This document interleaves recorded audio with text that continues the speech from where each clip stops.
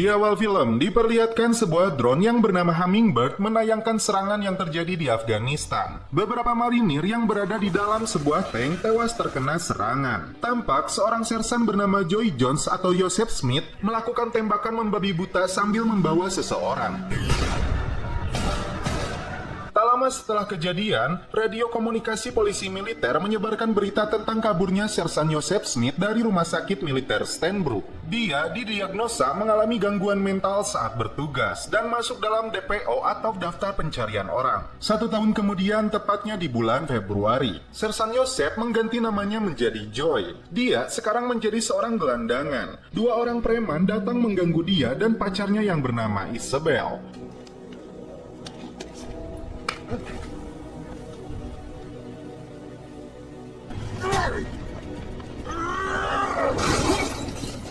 Dia menyuruh Isabel untuk lari, sedangkan Joy berusaha melarikan diri dari kejaran preman itu.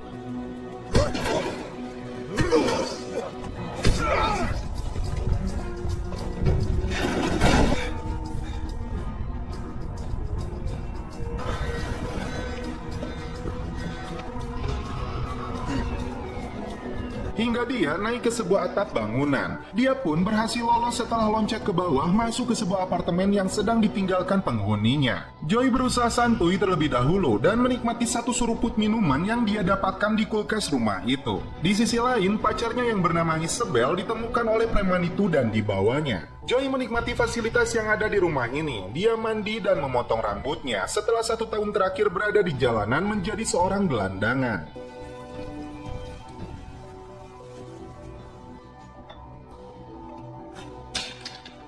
Joy mendengar pesan dari telepon pemilik apartemen ini yang bernama Damon. Ternyata dia sedang berada di luar negeri dan akan kembali pada tanggal 1 Oktober. Artinya apartemen ini akan kosong selama 8 bulan ke depan. Dia bahkan menemukan kunci mobil dan sebuah kartu kredit yang dikirimkan oleh pihak bank. Tak menunggu lama, Joy memakai kartu kredit tersebut dan mengambil uang tunai untuk membeli minuman sampai mabuk di area jalanan kota itu. Joy sempat membayangkan misi terakhirnya sebagai sersan dan melakukan tembakan membabi buta di Afghanistan. Terlihat seorang wanita bernama Christina membagikan makanan untuk tunawisma. Joy datang ke sana untuk menanyakan Isabel kepada Christina yang juga seorang biarawati. Christina terkejut dengan penampilan baru Joy yang sebelumnya tidak jauh dari para gelandangan yang berada di sana. Joy bahkan memberikan uang sejumlah 500 pound sterling kepadanya, kemudian pergi.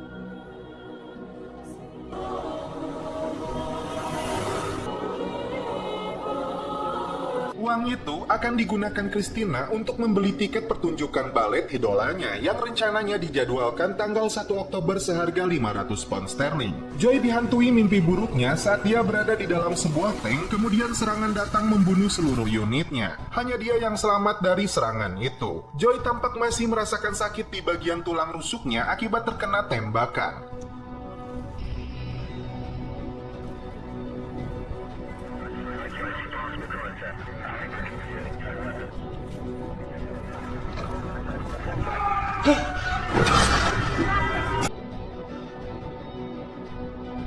Dia kembali menemui Christina untuk meminta obat kepadanya. Di sini, Joy tidak bisa datang ke rumah sakit karena dia seorang DPO yang lari dari pengadilan militer. Kemudian Joy kembali ke apartemen itu. Dia memutuskan untuk tidak minum alkohol lagi.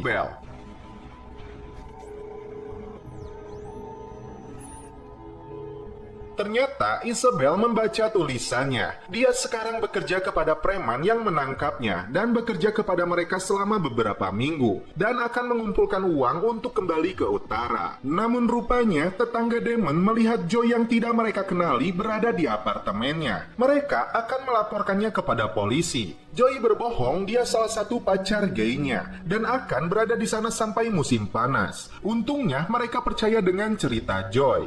Joy sekarang bertekad merubah hidupnya. Dia sekarang bekerja mencuci piring di sebuah restoran Cina untuk mencari uang. Dan karena hal itu juga, kartu kredit milik Damon dia gunting.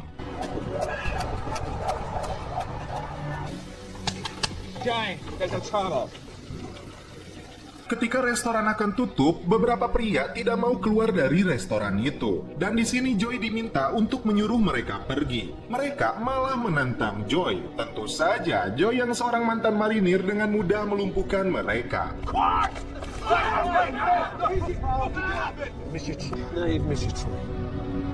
Aksinya dilihat oleh atasannya. Dia dibawa ke seorang bos mafia bernama Mr. Choi. Dan di sini Joy mendapatkan pekerjaan yang bisa menghasilkan banyak uang dengan cepat. Dia meluangkan waktu untuk melihat mantan istri dan anaknya. Namun Joy belum berani untuk menemui mereka kembali. Selain sebagai supir pribadi Choi, Joy juga bertugas menagih hutang dan menghajar lawan-lawan dari bosnya ini.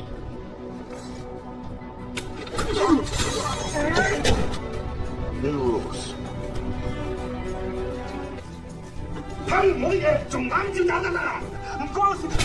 Dari pekerjaan barunya inilah dia menghasilkan banyak uang. Saat melihat kurir pengantar pizza, dia sengaja memesan puluhan box pizza untuk dikirimkan kepada teman-teman tunawismanya dulu yang dikelola oleh Christina. It's very nice, but I've no idea what it is. I think it's probably duck.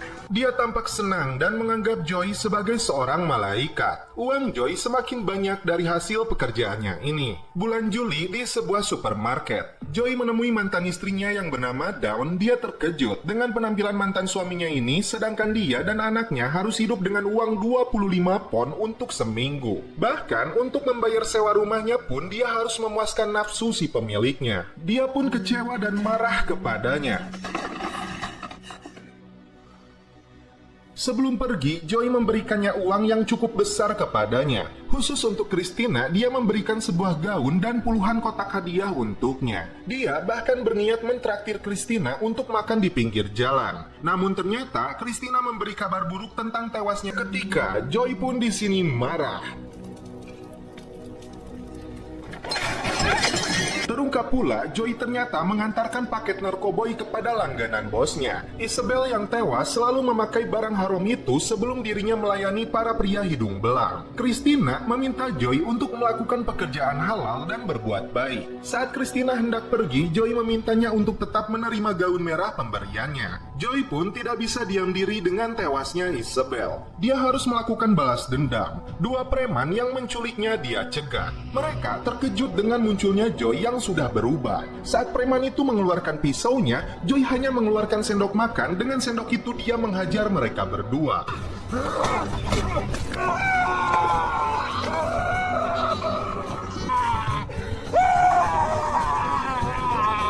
Setelah pria besar itu dia lumpuhkan, Joy memaksa preman itu untuk menyebutkan sosok pembunuh Isabel. Namun, dia tidak mengetahui namanya, hanya ciri-ciri pelanggan Isabel yang mempunyai bekas luka di atas matanya dan berusia sekitar 30 tahun. Crazy Joe, okay?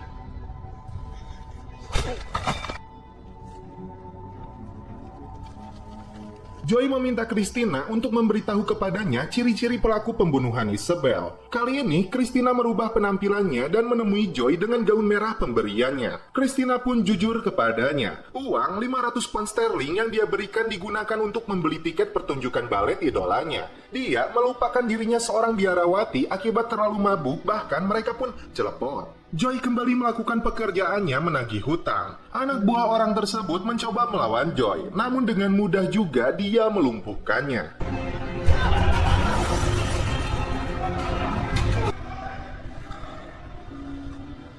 That money belongs to my family. Radio polisi kembali menyebarkan informasi keberadaan Sersan Joseph Smith yang menjadi buronan mereka. Polisi datang mencarinya di lokasi tunawisma dan menanyakan keberadaan Joy kepada Christina. Tentu saja di sini Christina berbohong kepada polisi. Saat ikut dalam mobilnya, Christina menceritakan asal mula kenapa dia menjadi biarawati. Sejak usia 10 tahun, ayahnya memaksa dia menjadi atlet senam. Sedangkan dia sendiri berkeinginan menjadi penari balet. Gurunya memaksa dia melayani nafsu bejatnya sampai 17 kali. Then, at the end, I just took my uniform and ran. Ditemani Mr. Choi, Joy menemui seorang wanita Cina untuk meminta informasi sosok pria pembunuh Isabel. Dari ciri-ciri yang diberikan olehnya, ternyata itu bukan hal yang sulit. Namun, itu tidak gratis. Joy disuruh melakukan sebuah pekerjaan terlebih dulu. Pekerjaan itu adalah Joy disuruh mengantar sebuah paket menggunakan sebuah mobil kontainer. Ternyata di dalamnya berisi puluhan wanita yang berada dalam sebuah kardus.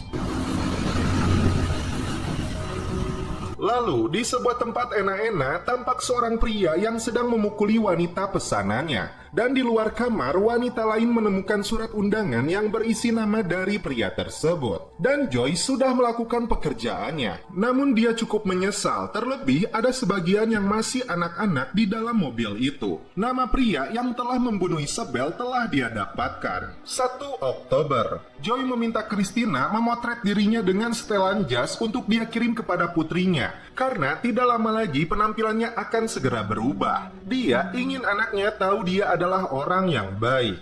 Let's have something to remind her of me. At last, a love.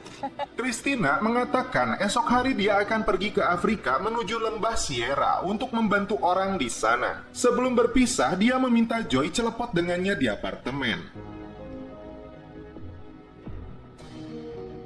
Namun ternyata pemilik rumah itu yang bernama Damon datang. Karena hari ini jadwal dia kembali pulang. Saat hendak membuka pintu, dia terkejut karena pintu terkunci dari dalam. Dan ketika Damon melihat dari lubang pintunya, terlihat Joy dan Christina yang sudah celepot dan kabur melalui jendela. Bukan. Namun Christina tetap memintanya untuk menjadi orang baik. Untuk terakhir kalinya, dia mengajak Joy untuk menyaksikan pertunjukan balet nanti malam. Joy membawa uang dan foto dirinya ke rumah mantan istri dan anaknya. Anaknya yang bernama Ruby, dia membukakan pintu. Di Joy, Christina sudah menunggu Joy di tempat pertunjukan, namun Joy lebih memilih untuk menuntaskan dendamnya. Dia melihat pria dengan ciri-ciri sebagai pembunuh Isabel dengan luka di dekat matanya. Joy melemparnya dari atas gedung bertingkat dan kamera satelit kembali menemukan lokasi Joy dan menyebarkan lokasi keberadaannya. Christina yang baru saja keluar dari lokasi pertunjukan menemukan Joy sedang mabuk di pinggir jalan. Di sini Joy menceritakan kisah hidupnya di Afghanistan hingga dia dianggap sebagai marinir yang dianggap gila. Saat itu 5 rekannya tewas. Dia melakukan aksi balas dendam membunuh 5 orang pelakunya secara membabi buta. Dan itu disaksikan drone yang bernama Hummingbird.